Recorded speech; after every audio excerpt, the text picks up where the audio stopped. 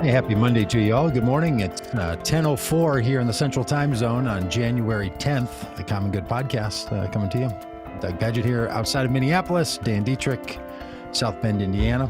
And, it's January 10th. We all know that. But it's also day 46. I'm going to explain what that means in a minute about why it's day 46. Dan, one of the things we love to do around here on the news is tell the good news about what's happening. And I like news that of people who are doing something, or as we like to say, people who are not doing nothing. Because when you live in a time of social turmoil, you don't do nothing, you do something. And Shari Draayer is with us. Shari is on day 46 of a fast, a hunger strike around voting rights. And Shari sent a note to us and said, "Hey, I'm up to this. I'd love for you to tell people about it." And we thought, this is a kind of story we want to tell everybody about. So Shari, thank you for doing this. And I should have asked before we started, I'm in Minneapolis, Dan, South Bend, Indiana. Where do you live right now? Norristown, Pennsylvania. Norristown, Pennsylvania. All right. Well, Shari, day 46 of not eating in order to raise awareness around the need for the Senate to move on voting rights. That's fantastic. It's ambitious. It's hard, so hard.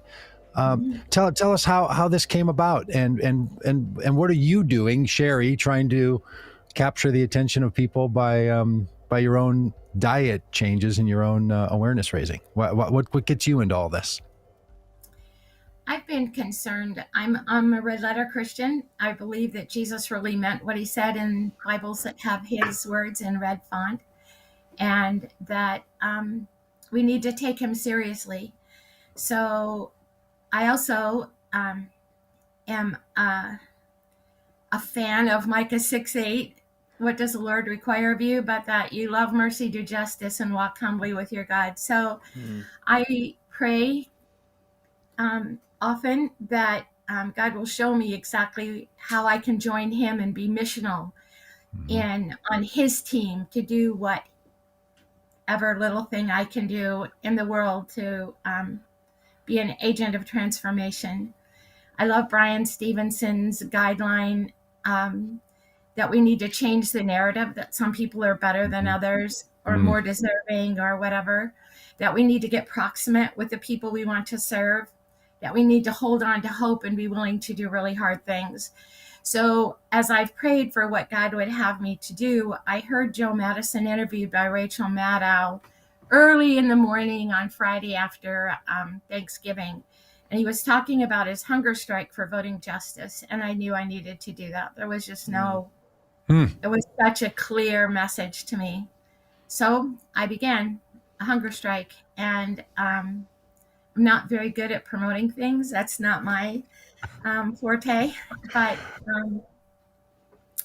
I am sharing with anybody that'll listen, because I believe that voting rights are the very foundation of justice everywhere, whether it's criminal justice or educational justice or economic justice. If we don't have voting rights for everybody, nobody can really have justice. So I'm very concerned about that. At that point, when I started, I knew there were 47 states who were trying to pass voting suppression laws.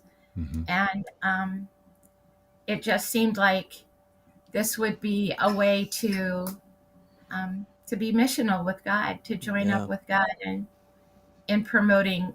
And the other thing is, I think if we're willing to do really hard things, and I think most people know that going without food is pretty hard, that it makes an impact. People are more willing to listen.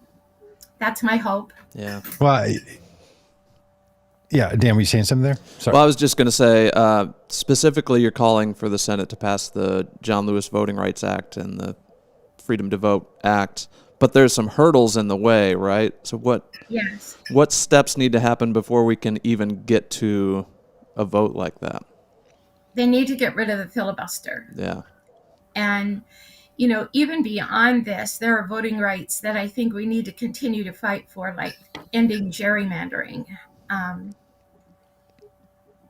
making voting more accessible. Those kinds of things are of equal importance. But to get to that place, even we have to end the filibuster and pass those two acts. But oh my goodness, I just forgot her name. One of the senators has Kirsten also Sinema. No, she's one of the ones we need to help. Yeah. Okay. Yes. I thought that's where you were going, that you were going to be thinking of her when you're not eating today. Well, actually, on Friday, I invited several senators to join me on the hunger strike until the voting rights laws are passed. Nobody has responded yet. Uh-huh. But I'm hoping that that they will take me seriously, and I think the most likely one is Cory Booker. I think he might, but Yeah. I've also invited Schumer, and my senator who has any hope of listening to me is Bob Casey, and I've invited him to join me as well. Well, you might be right. Cory Booker, I think, is already a vegan, so he's just cutting out much less food than other people are. Yeah. So, Shari, let's talk a little bit here about the food part of this and the not eating part, and then I want to connect it back into the voting rights and why behaviors like this, what I so affectionately refer to as stunts, that I think are really important. We do a lot of that in our work. Trying to do particular things to raise awareness so people will care about something else that you want them to care about. I think it really works. Choosing not to consume solid foods, it has been a long, tried and true effort for both personal clarity, community focus, and raising awareness around something, because it's so base to the human experience. You're 46 days in. Have you done anything like this before? Do you know what the next days are going to feel like? Like, do you have a memory or a plan for how you're going to be feeling in coming days? I'm a little anxious about it, I can say.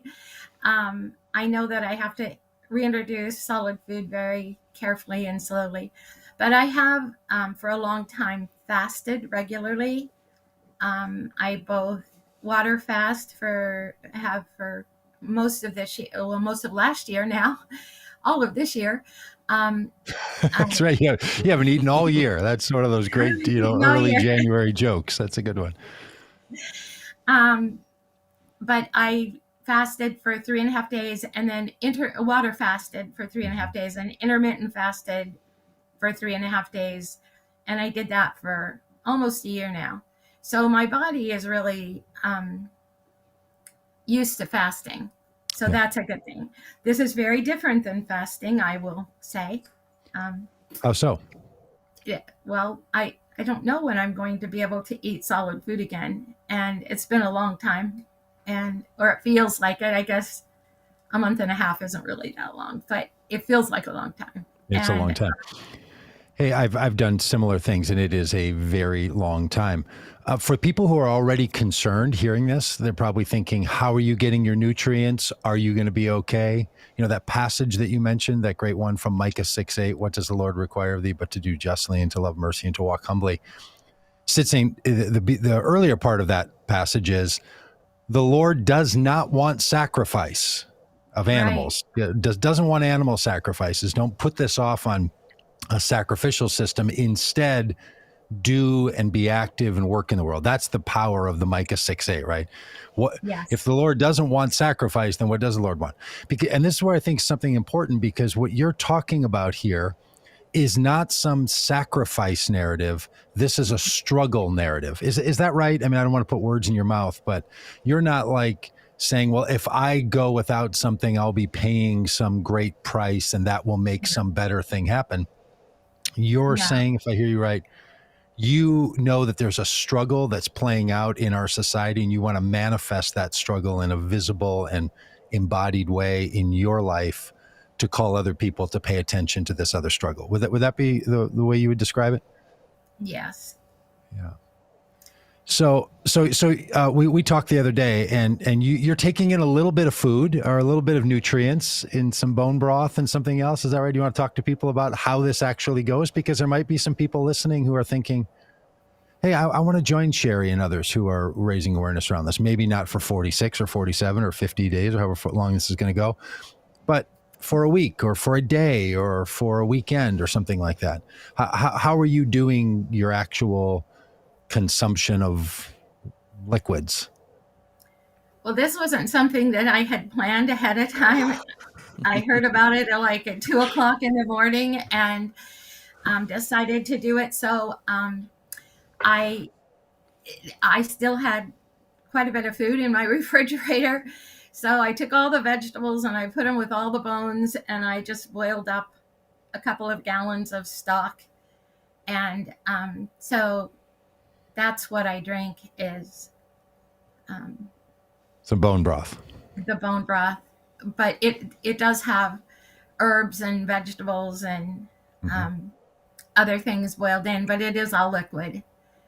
And Yeah, and for people who have never done a non-solid food diet, the sensation of eating and chewing and all the things that happen in your body with your saliva glands, and like there's a whole chemical process that kicks in that's part of this the satiation of hunger that goes through chewing and all that.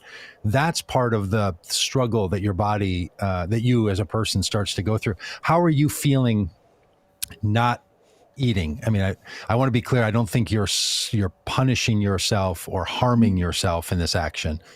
You're struggling. How can you talk a bit about what the non-chewing and the non-swallowing of solid foods does to your body, your mind, your spirit? Well, it's hard. I like meat. I'm a carnivore. And I'm a good cook. My mother was an international gourmet chef, and I learned to cook from her. So lots of people like my cooking, and I've stopped doing that. I've gotten out of cooking for our spiritual shelter on Friday nights because it's too hard to cook and not eat anything.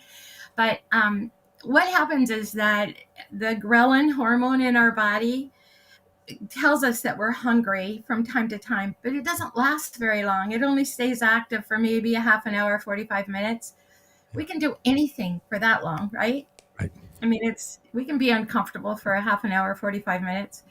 And I just know that it's going to pass. Yeah. I look forward to getting to eat again, but it's not the center of my world by any means. Mm-hmm. Yeah, in some ways that desire sort of goes away and focuses on other things. Well, how are people in your life thinking about this? Is this something they're like, well, that this is very classic Shari? Like, is this what you do, that you feel a call, you hear a story, you sense something to do, and you just jump right in on that Friday, November 25th and do it? Are they like, that's how this goes? So they're not worried about you? Or are people thinking, what in the world is Shari doing? Not eating food right now? Probably a little bit of both. I had an opportunity to start a cyber charter school about a little over 10 years ago, and I worked at it for 4 years. And every year we went to the Department of Education and defended, very much like a doctoral defense, the school. And every year we were rejected. And after 4 years, I kept saying, God, is this really what you want me to do? And every time I asked, he gave me this story of Noah, that it took Noah 100 years to build the ark. And yet God started the world over with Noah. And so I knew in my heart of hearts that I was supposed to stay with that plan. And but my friends were saying, they're never going to give it to you, Shari. You're just wasting your money. You're wasting your time. Your children need you, those kinds of messages. And I listened to people instead of God. And I've made it very clear that I will never do that again. And so my close friends know that it's pretty much an exercise in futility to try to talk me out of this. All right. Because I'm not going to disappoint God again. That's a shame I will bear to my grave, that there are thousands of children in Pennsylvania who could be in an amazing school if I wouldn't have given up. So this, if God calls me to do something, I learned the hard way, that I don't give up. So that's Well, Shari, you're awfully inspiring. Thank you for reaching out and telling us about what you're up to, and for being willing to share this today with us. If people want to follow your journey or be in touch with you, is there a way to do that? Are you sharing this on social media or other places where people can track along with your story? I do have a Facebook page, just Shari Draayer, and I'd be happy to share my email address. Sure, if you're comfortable people emailing, I think that'd be great. And Shari is spelled Shari, and Draayer is with 2 A's, Draayer. So my email is shari.draayer@Eastern University, but it's just at eastern.edu.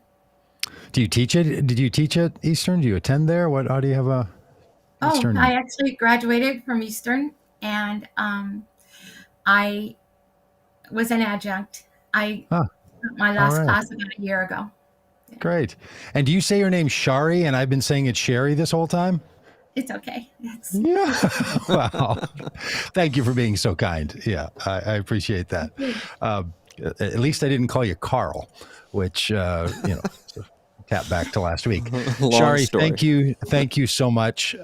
We're going to keep up with you, and really think it's great and inspiring that you're willing to put yourself into this and out into the world to tell people that you're doing it. So thanks for being with us today and telling us the story. Yeah, thank you so much.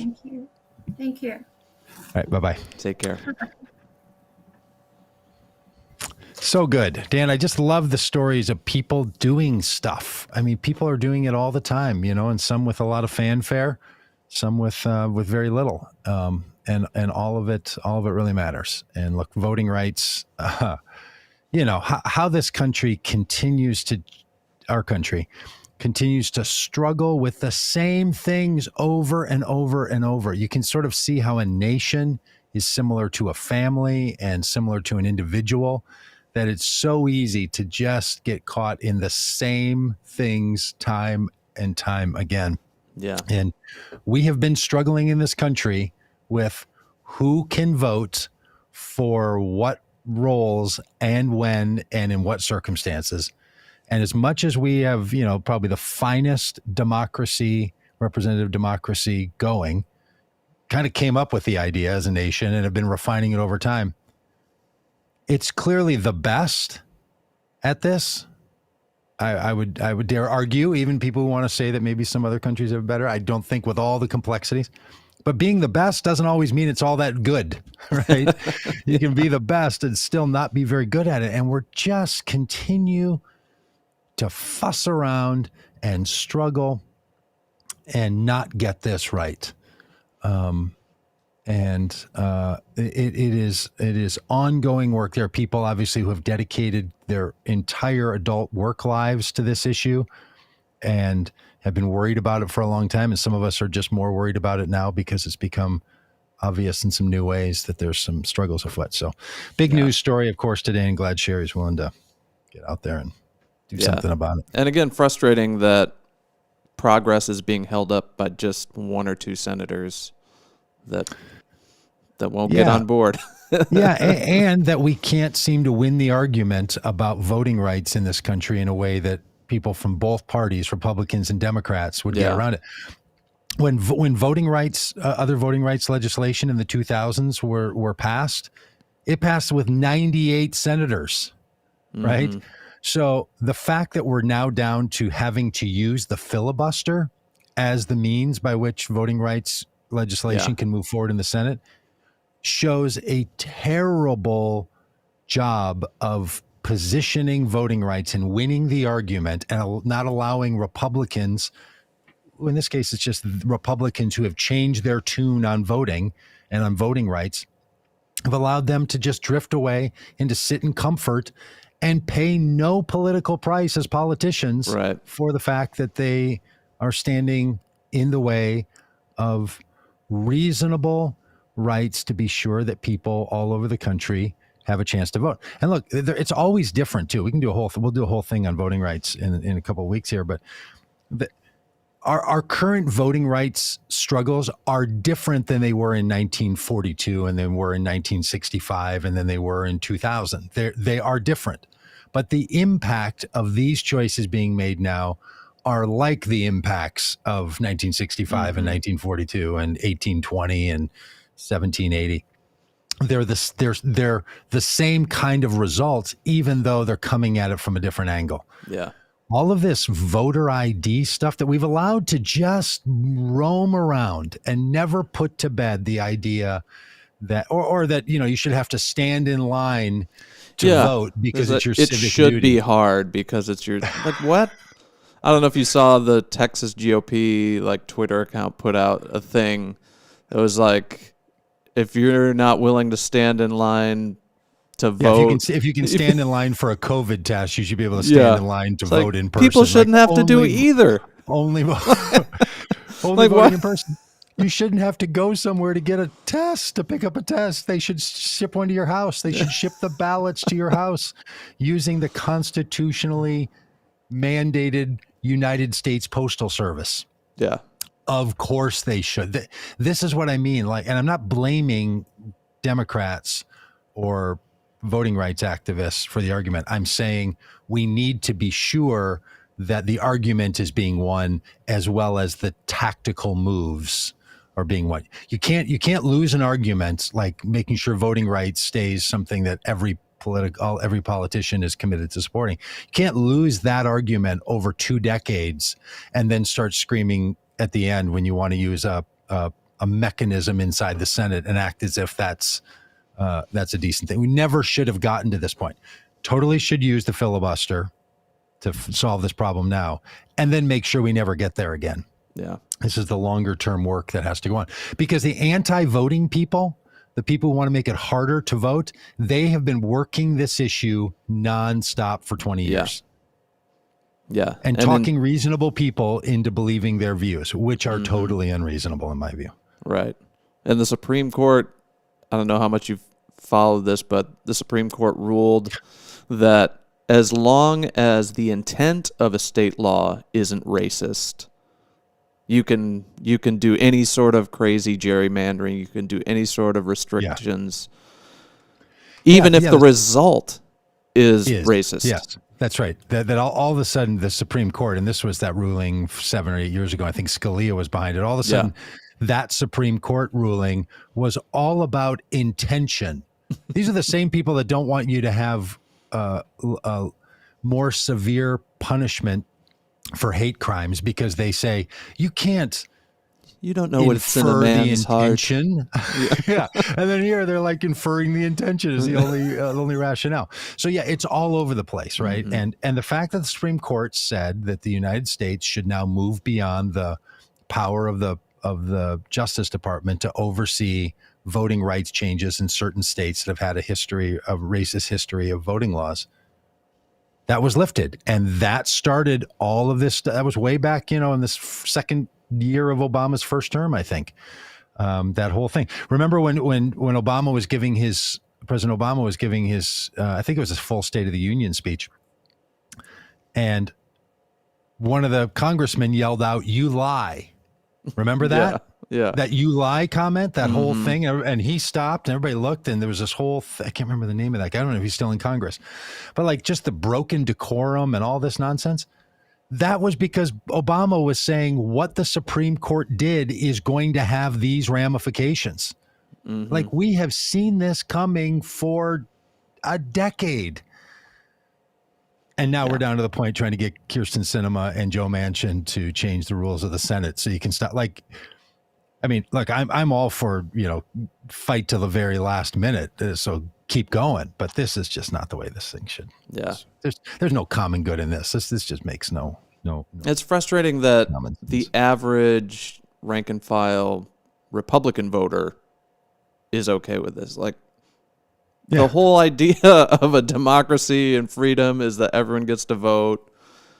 And But I that don't hear thing right any. there, I don't think everyone believes it. And I know I have a Yeah. lot of conservative friends that do not fundamentally believe everyone should vote. They see voting as a privilege, not a right. They talk about it like that all the time. Like, well, if you moved and you don't have an updated ID, well, that's your problem. Then you don't get to vote. I mean, get your ID together. Like, you gotta do the right things and be able to vote.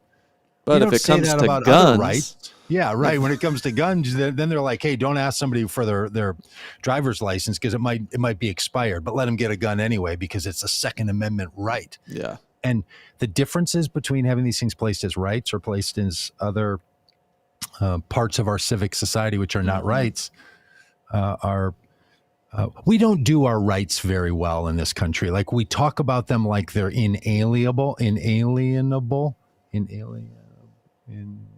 like they can't be taken away, and then we take them away irrevocable. all the time. Yeah, You know, it's just there's all these little carve outs and caveats, so it's complicated, and we should not let this one be complicated.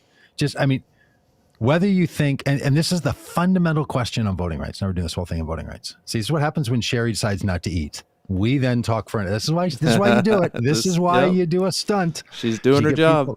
She's doing her job.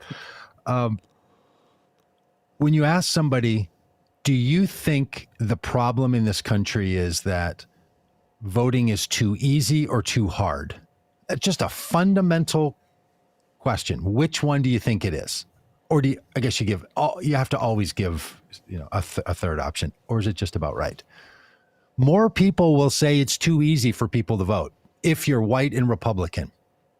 And more people will say it's too hard to vote if you're a Democrat or a person of color. That divide explains so much. And we've got to have this conversation and get this and get this out. I think there's no doubt that voting is simultaneously not important to a whole group of people and way too hard to pull off. Literally, I know people are going to be like, I mean, what a snowflake, this guy. Just figuring out where to go and vote can be really complicated. Right?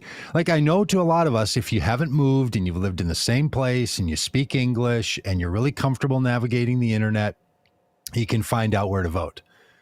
If those things aren't true for you, what little elementary school on what particular day and what you need to have in your hands when you go to vote, and if you're even then having to figure out the rules of the state, whether you had to sign up ahead of time and be registered or you can register the state, all of that, just wacky how hard it is. So I would argue it's much, much, much too hard. And we act as if it's something far too often that's not all that important. And that's because most elections aren't very important to most people. I have a friend that's running for the Hennepin County that I live in, largest county in Minnesota, Hennepin County District Attorney. And a really important job, really important role. It's an elected role like all the others. His name's Simon Troutman. You should vote for Simon you should go to Simon for Hennepin County Attorney.org and support him. And trying to convince people that in 2022, they should care about who the Hennepin County Commissioner or the Hennepin County District Attorney is. It's just a monumental push to try to get people to care about that. It really does matter. And we make civics too hard to comprehend in this country. And Republicans have figured out how much it matters and have been playing this local, state level game way harder than Democrats, it seems. And that's how they are moving the ball in their direction. Yep, that's how they do it. And look, if your choice is to have more people that are less influenceable by your voice vote, or have less people who are more influenceable by your by your words vote, you tend to go for the second. If you really want to push people, right? I mean, just strategically, it would. If the point is winning, that's what you'd want to do. If the point is, and I don't care for this phrase because it seems so provincial. If your point is to expand the franchise or to make more people participate in the voting system, If that's your goal, then we also have to decide this for our political parties, for our political voices. What do we want? More participation or more winning? Yeah. And the fact that Democrats are now talking like the way we win is to get more people to vote, that's not a great plan, right? And I hear this an awful lot, right? The reason we need to get voting rights is because if more people vote, Democrats are going to win. That's just the same argument that Republicans use when they say, let's have less people vote so Republicans can win. There has to be a better motivation for why we want more or less people to vote than the winning side. Because it's not good. Okay, go up. Well, I get that, but they're saying there's more people that buy into Democratic ideas if they're just allowed to vote. Like we're winning the arguments based on the numbers, but not enough people can vote. If Democrats if Democrats had been winning, say they had won all the seats in Congress, and then they'd won the presidency. And they had, just a hypothetical. Yeah, let's just pretend for a minute that happens. You think they'd be out there like, we need to make sure more people are voting? We need to pass voter rights changes? I don't think they would. I don't know. I don't think it would be a motivator. What's motivating is it's hard to win when the voting rights are limited. I get that. I'm suggesting that should be a byproduct. And the point should be we have a better country with more civic engagement, with more representation, with more voices being heard. We are a better us when more people vote. And how that plays out in any particular election, because there's some places where more people voting isn't going to change the outcome of which person's elected. They're just going to win by 70% or they're going to win by 64%, right? I mean, it's not going to make a difference. The same person's going to win. We have to be making the argument that it's a better world. It's a better democracy. It's a better country. That's got to be our argument. Yeah. If this just resorts to each political side decides which way are we going to leverage voting rights to benefit our party's win, we're doing something different. And so, yes, I think we should pass voter. I think there's all kinds of reasons to get more people to vote that are not simply related to which side's going to win or not. And I get concerned that now there's all this worry about it because people are worried about how the elections are going to turn out, not people are worried about how our democracy is going to turn out. I think they're fairly intertwined, though. Like so much hinges on not letting Republicans take back control and ruin stuff. So. Look, I want to count myself, in the what's that song about when the Saints come marching in? I want to count myself in the band or the want to be in that number. Yeah. Thank you. I want to be in that number. That's it. I want to be in the number of the people who are doing everything we can to be sure that the governing privileges of Republicans continue to be revoked, like driver's license privileges are revoked. Like these people have continued to drive the proverbial democracy off the road. They need to have their wings clipped and not be running anything for a long time. That's not the way the world is. It's going the wrong way. 100% I'm in on that. Yes. I just think that we're better off making an argument about voting rights and expanding the franchise and who can vote and returning people to the voting population and getting more people to take advantage of voting for reasons separate from that. Yes, that's important. But frankly, we should be doing this even if our political party and our political opinions are winning over and over and over.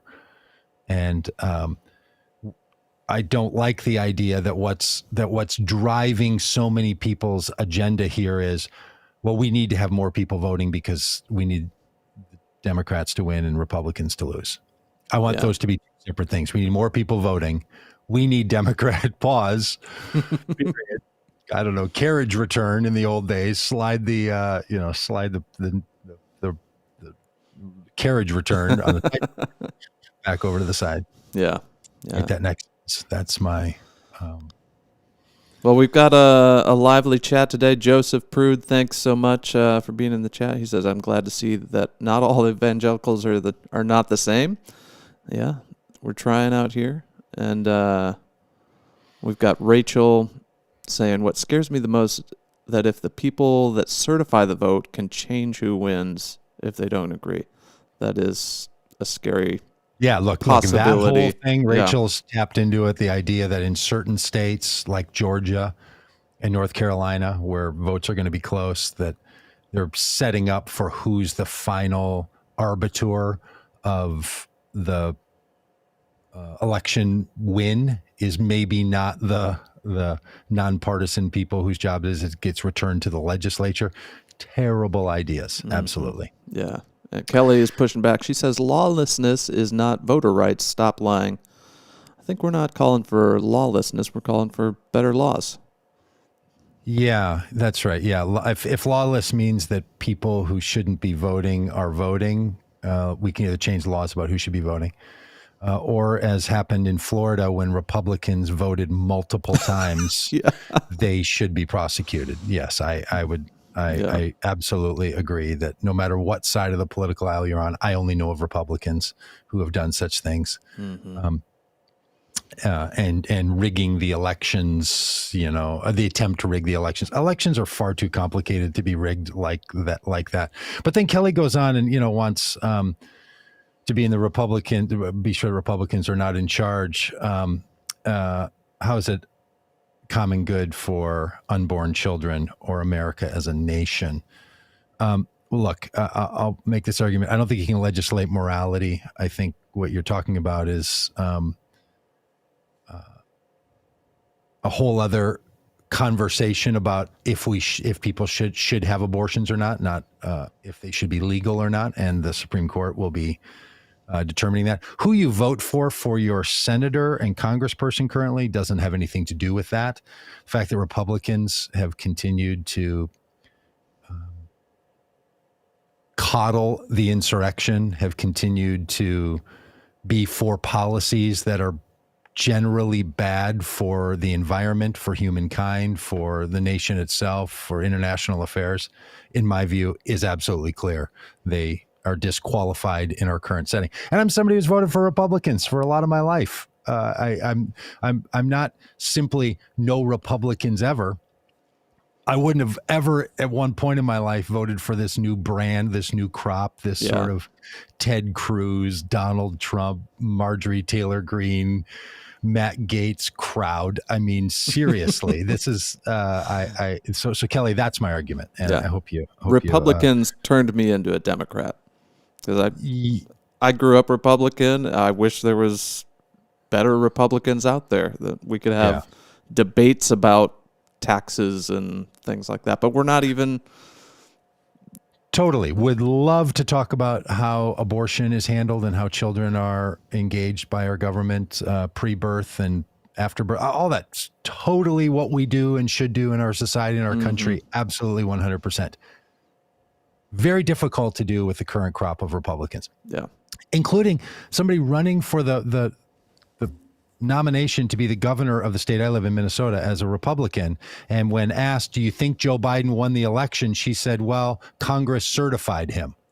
That these are people that want to be the governor of Minnesota as a Republican and can't even say that we trust the elections in this country. It's just, come on.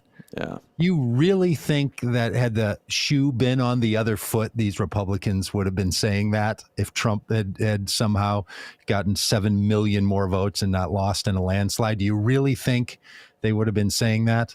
I mean, no, of course not. So not even a thing to talk about. Hey, a couple other things I'd love to get to here. Who would have thought I'd care about men's tennis as much as I do? I actually enjoy watching it, but I really enjoy women's tennis. But the number one tennis player in the world that won't get vaccinated and then wants to have an exception to being able to go into countries that have laws about people not being in their country from outside the country without being vaccinated and wants a special dispensation. That's the kind of stuff that just makes me lose my mind. I mean, what now? Men's tennis has turned into professional football, where the really good players who have really bad ideas about vaccinations get to be treated special. It's just, yeah. Yeah.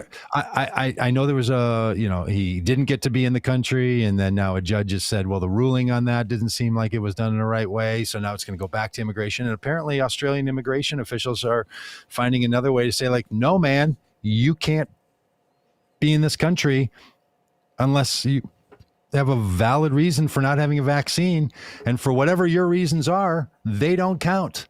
Yeah. I mean, all the rest of us just doing everything we can in response to public health demands. And then this guy just literally comes sliding in and saying, like, treat me differently because I really want to win the same tournament that I won last year. Like, why do we act like sports is something so valuable? He's not even going to be living in Australia. He's just coming there to win something. I mean, it's just, I know that sports for people just puts it in a whole other category, but it makes me just, feel like we just need more people voting, I guess is what it does. What do you think? Do you have any thoughts on this? Yeah, I mean, sports athletes will get the rules bent for them because they bring in millions of dollars for teams and advertisers, and so yeah, they'll in the end of this do what they want. Djokovic, look, I mean, he's a great. Djokovic, is it? Djokovic kicks. I think it's Djokovic. I just avoid saying it out loud. I think is a great tennis player. I think he's might end up being like one of the best tennis players in the world. But what does it do to gain the whole tennis world and be thought of but as an anti-vaxxer? Come on, man. I mean, and then just get the vaccine. I mean, seriously, I know you're precious. You're better than everybody else. You're different. You really know it. I am so fed to the brim with this. Which brings us to this other story that other people are also feeling. This is this story out of the Atlantic about so many people feeling like they're vaxxed and done with all of this. I live with someone who I think might take on this sentiment. She runs a yoga studio and yoga teacher training, and now Minneapolis, the city where her studio is, has now had to reinstate a mask mandate. So now that's a whole complication about how do you run a yoga studio and how do you, it's bouncing around. We might have one for a week or two. And, it's so difficult. And how do you enforce it and whose job is it to enforce it? I mean, it's just such a difficult thing. Well, the Atlantic has this great little article, and they say this, they write this little paragraph that I'm going to read for you that is basically the articulation of people who feel really fed up with this. Not because they're like, well, we can't trust the CDC, or not because they're like, well, Fauci said something else once. I thought masks were bad for us. And it reads like this. This is their rendition of all of this. People feel like, for more than a year, I did everything that public health authorities told me to do. I wore masks. I canceled vacations. I made sacrifices. I got vaccinated. I got boosted. I'm happy to get boosted again. But this virus doesn't stop. Now, year over year, the infections don't decrease. Instead, the virulence of people like me is decreasing. Either because the virus is changing or because the growing population immunity, or both. Americans should stop pointlessly guilting themselves about all these cases. In the past week, the daily confirmed COVID cases per capita were higher than the U.S. in all of these countries: Ireland, Greece, Iceland, Denmark, France, the U.K., Spain, Portugal, Italy, Switzerland, and even Australia, once one of the most COVID cautious countries in the world. As the coronavirus continues its unstoppable march toward endemicity, which is that we're going to have not a pandemic anymore, but it's just going to live with us for all the time. Our attitude toward the virus should follow a similar path towards stoicism. COVID is becoming something like a seasonal flu for most people who have kept up on their shots. So I'm prepared to treat it like I treat a severe flu. by basically not worrying about it and living my life normally. I think that really captures where a lot of people are, and these are, I mean, people like me and you, like people that have advocated for our government to be better on these issues, why having more testing, having more shots, having more masks available, all of that. We're now 2 years in, and Dan, as we chatted about before we came on here, it feels shockingly like January of 2020, and it's January of 2022. Mm-hmm. Back then, we were traveling around the country on a bus trying to stop the reelection of Donald Trump for the common good. And now we're trying to put together an event in Washington, D.C. next weekend to call our government to stop executing its own people through the death penalty. And just like in 2020, in January 2020, we're like, is this COVID thing bad enough that we shouldn't get together? Should we not travel? Should we all stay home? Should we take this online? Like, here we are again. Right? We have to get our hands around this thing and just approach it differently. And we're, at least I really resonated with that summation from the Atlantic article about how people are feeling, because it just feels like, come on. Yeah, it's really frustrating for those of us who have done the right things, and yet this virus keeps spreading because there's enough people that don't have the vaccine and have refused to do the basic things, like just wear a mask when you're in an airplane. Like incidents of like airplane unruly passengers are through the roof, because it seems like every day you see a video of someone who signed on the dotted line, yeah, I have to wear a mask in the airplane. Yeah. Suddenly, this is their Alamo moment where they're going to take a stand for freedom and not wear their mask over their nose in an airplane.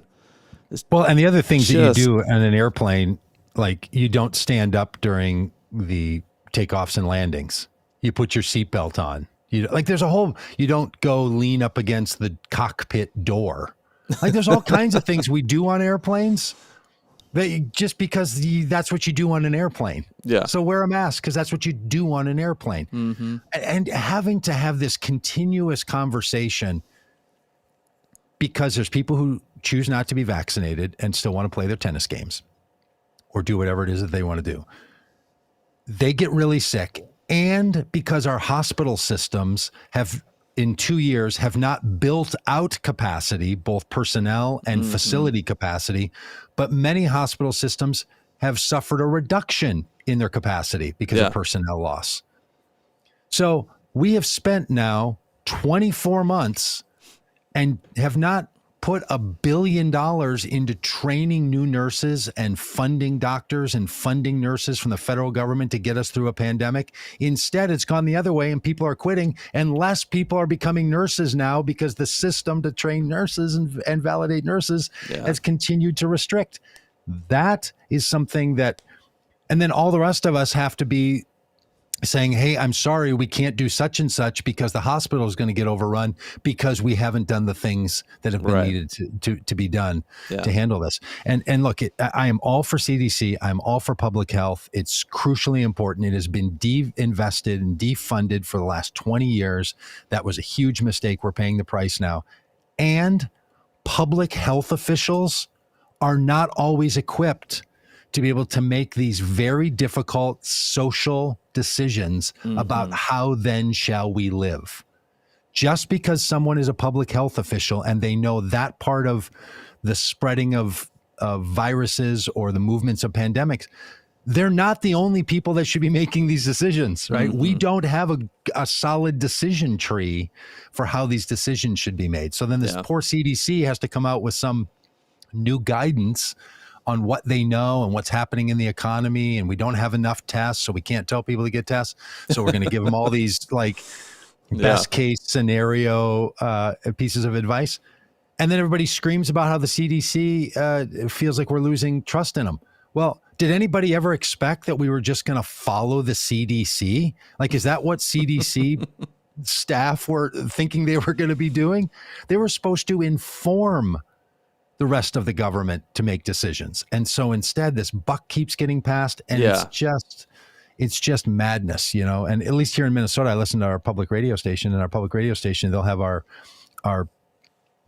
health commissioner on every couple of days on a press call where press people can call. And our health commissioner here, I think, is doing as good a job as can be done. And she has her expert on COVID on, who had to stay home because she had COVID. So she's doing the press briefing on what Minnesota's new restrictions are or aren't going to be while at home with COVID. Mm-hmm. But we still act as if people getting COVID is the end of the game. Like, well, that's somehow a failure. So we do this. How many cases are there? Not how many hospitalizations and how many deaths, but then we're not solving the problem at the hospitals. And it just feels like we're just in a malaise. And I get the frustration. Right. But then the CDC tried to give this glimmer of hope. And I think it just came out horribly. The head of the CDC said, well, the good news is the people that are dying have more comorbidities. Like, these are high-risk people that are doing most of the dying.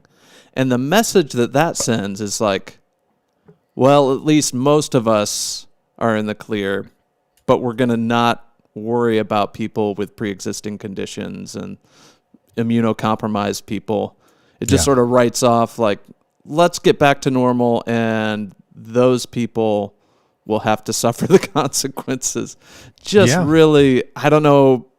I'm sure that's not what she meant by that, but the messaging from the CDC is just, they can't help but make it worse for them. Yeah. Yeah. Because look, it's not that it is the flu. It is different, but it's going to be responded to similarly. Mm-hmm. That there is a virus that moves through our society that can be devastatingly damaging to your health. How then do we respond to that? Yeah. So it's not the same thing. It's going to have a similar kind of response, because the not similar response, which we've done for 2 years, has led us to the point that we have a lot of cases. And if anybody thinks the Omicron variant is the last one, like it's sort of the fourth, I think, biggest variant. Delta was, I think, the third, and then Omicron is this big one that's widely spread. You think it's really wise to assume, oh, well, this will be the last one? Once Omicron sort of peaks out, which could happen, people are saying, who followed this in the other countries where this has happened, that could take place in the next few months around the United States, that it will hit a peak and then it'll start to decline. Maybe there's going to be another one. Probably. So we have to figure out how to live our lives and not keep stabbing the brakes here. Mm-hmm. We're not going to get over 70% vaccination in this country. I just don't think it's going to happen. And we had better bake in that a virus like this is going to continue through the population, and there's going to be somewhere around 30% that are not vaccinated. So what are we going to do? Yeah. Well, here's the only thing I'm glad about. I'm glad that the guy who really bungled this thing is not currently the president. Right. And I hope he never becomes the president again. And a little bit of news broke yesterday on some of the news programs where it became pretty clear Raskin, who's a real, this in the best sense of the word, a real rascal, this Congressman Raskin, raised the idea that Congress might, through the select committee, be able to determine, and this is a hang up, but anyway, the government might be able to determine that Trump participated in an insurrection. Right. So this is something that, if you heard Liz Cheney's very careful wording, she was pushing toward very specific language about what's a crime around an insurrection. And if that were to happen and Trump were determined to have been found as someone who participated in an insurrection, then Congress could invoke Section 3 of the 14th Amendment. And Section 3 says, no person shall be a senator or representative of Congress or elector of president and vice president, or hold any office or civil military under the United States or any other state, who, having previously taken an oath as a member of Congress or an official of the United States, or as a member of any state legislature, or as an executive or judicial officer of any state, to support the Constitution of the United States, shall have engaged in an insurrection or rebellion against the same. Mm-hmm. They wrote in after the Civil War in the 1850s, if an elected official participates in an insurrection or a rebellion against the government, they are disqualified from ever running for office again. Yeah, which seems fair. Totally fair. Everybody would think that should exist. Right. That should be a thing, right? Glad it's a thing. So who determines if someone participated in that? Because we use insurrection and rebellion in very colloquial terms, which we should, because it was an insurrection. Legally, if it becomes an insurrection, and legally, if Trump participated in it, Congress could determine that he's ineligible for running for office. Yeah. The impeachment was only one way to get there. This is the other, and that's back in the game. This is where, I mean, talk about this thing becoming political, and there's a chance that this could happen. I hope it does, because I think it's a verdict that should be levied against the former failed, twice impeached president, who, as you know, Fox News said this week, should get used to losing. You have to learn how to lose. And you'd think, I mean, the guy has lost lawsuit after lawsuit. He's gone bankrupt after bankruptcy. He's lost the presidential election. Like, you'd think he'd be used to losing by now. I mean, just maybe familiarity just causes someone to, learn to lose. He's an expert at it. He's an expert. That's right. Does it all the time. This guy. This could backfire, could really help. If Trump could become a martyr of not being able to run can just wave, fair enough. That would be fine, because you know what we need to do? We need to move on so that Republicans can start to rebuild themselves, because this democracy of ours cannot function when one political party is as inane and inept and corrupt and out of their mind as Republicans are. I don't think they should be in power anywhere, but we need Republicans to be better. The system needs to be better. You can't get to a healthy democracy because there are people who are hardwired in and culturally bent to being Republicans. They are Republicans. They're going to be, and we need their party to be better.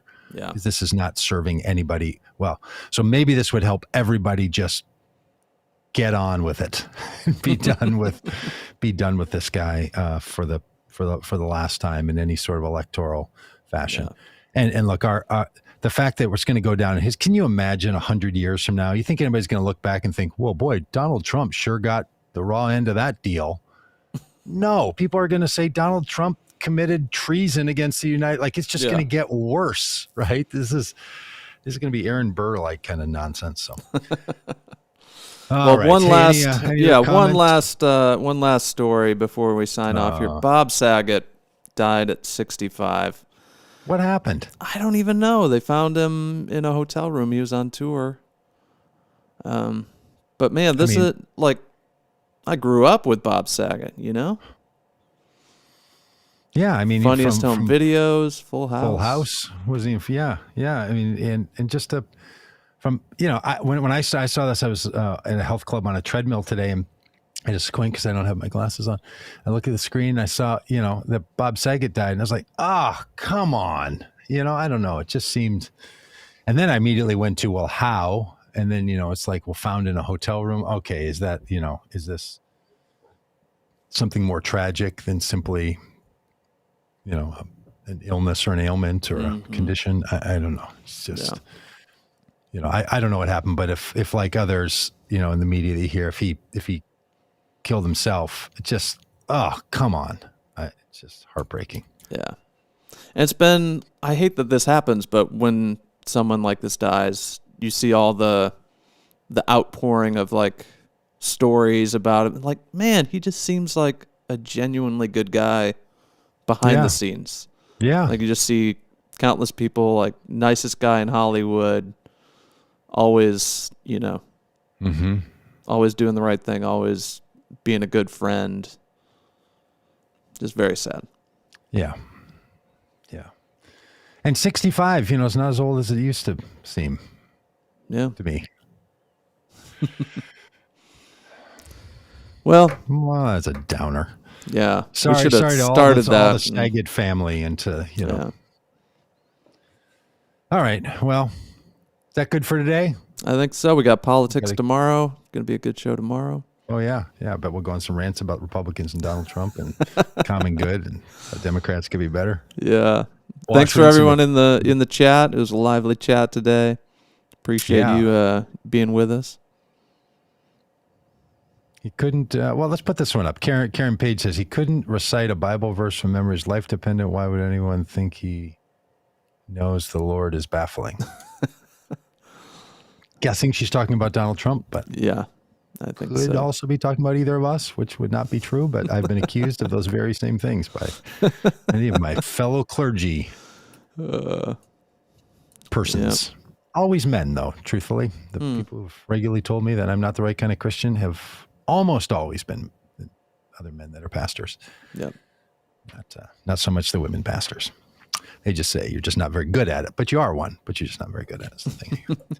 All right. So we'll be back tomorrow. Thanks, everybody. Thanks for the lively chat. Dave, Karen, Rachel, Pam, Lonnie, Joseph, Kelly, of course, Victor, all of you that have been a part of all this. By the way, this goes out on lots of Facebook streams and YouTube streams. And if you've not been over on our YouTube channel, Vote Common Good YouTube channel, go over there and subscribe, would you? It just, I know if you watch YouTube, you're sick of people saying this. I'm just tell you how it helps. It helps because the more subscribers we have, the more they push our videos to other people. You're just helping the algorithm pay attention to our page. So please go over there. When we mean it really helps, that's how it helps. Same thing with the podcast. If you have yet to subscribe to this in a podcast, even if you don't listen to podcasts, even if you're, I don't know, Joseph, Victor, Kelly, Lonnie, Nina, even if you're like, I watch it on Facebook, I don't listen to podcasts. Literally, please go to votecommongood.com/podcast and click on the subscribe button, because that helps our podcast then become Get in front of other people. And it's just how the social media system works. Yep. So you could do a good thing today. Like maybe you're not going to fast for voting rights, but you might be willing to go click on a link and say subscribe to help your old pals over here at the Vote Common Good effort do the things that we do. And if you want to join us next week in Washington, D.C., Sunday and Monday, you can find all that over at votecommongood.com too. You can see what we're up to and how we're calling for the end of the death penalty. We're this close, but we've been this close on lots of things in this society. So we got to get it over the hump. Yep. And take care of, let's at least stop killing people as a government. And then we'll move on from there to other good issues. All right. So we'll see you all tomorrow. Take care.